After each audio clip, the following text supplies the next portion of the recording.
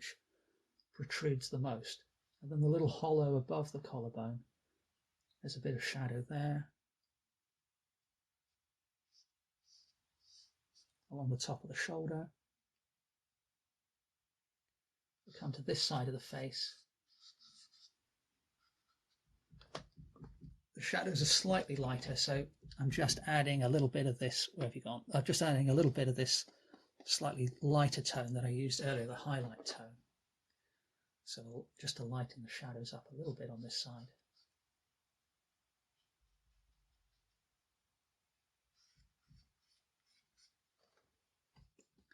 And then I'll keep going with that on this left-hand side of the face. I think the paint's drying out a little bit actually, so I'm just going to spritz the surface of the painting with water. Just done the same to my paint on the palette. And because there are times I want a dry brush effect, but this isn't one of them in particular. Now, when it comes to the nose, obviously the nostrils are going to be much darker than the rest of the shadow area, but I'm going to ignore that for the moment and just block in the shadow under the nose as simple as a shape as I can create, for this particular purpose. Now, this same color, if I look at the hair, Floella's got brown hair, but there's a little bit of an area here which has got a hint of this kind of greeny shadow in it, and even down here as well. So once again, I'm just going to go with what I've got on the brush, block that in, and this color I'm hoping will become kind of a subdued highlight color for the paint I apply in a moment. And I think, yeah, so I'm just going to use this same color, even though it's wrong really, to get an initial layer of paint down on the area of blank paper where the hair is going to be.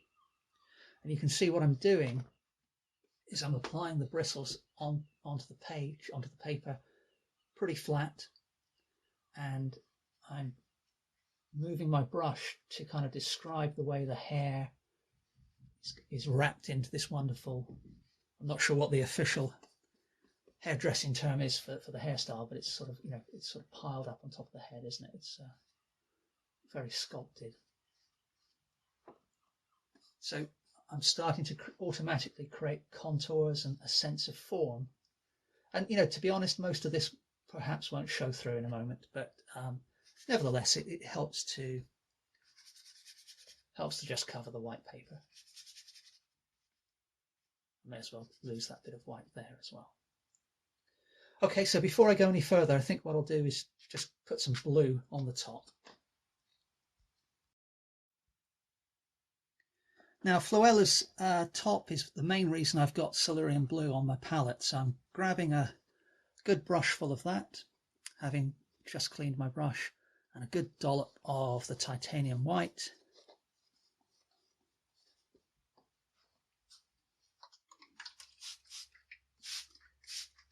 Let's spray the painting with water, and I'm just going to adjust the camera so you can actually see what I'm doing on this part of the painting.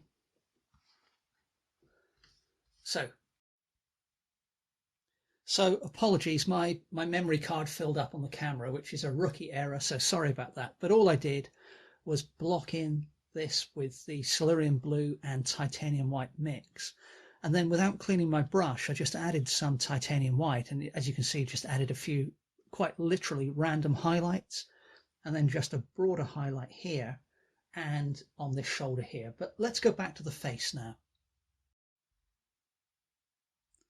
So I'm going to work on the hair next, and I've switched to a little 1/2 inch wide brush, grabbing some of the cadmium yellow light and mixing it into this dark shadow color that I've already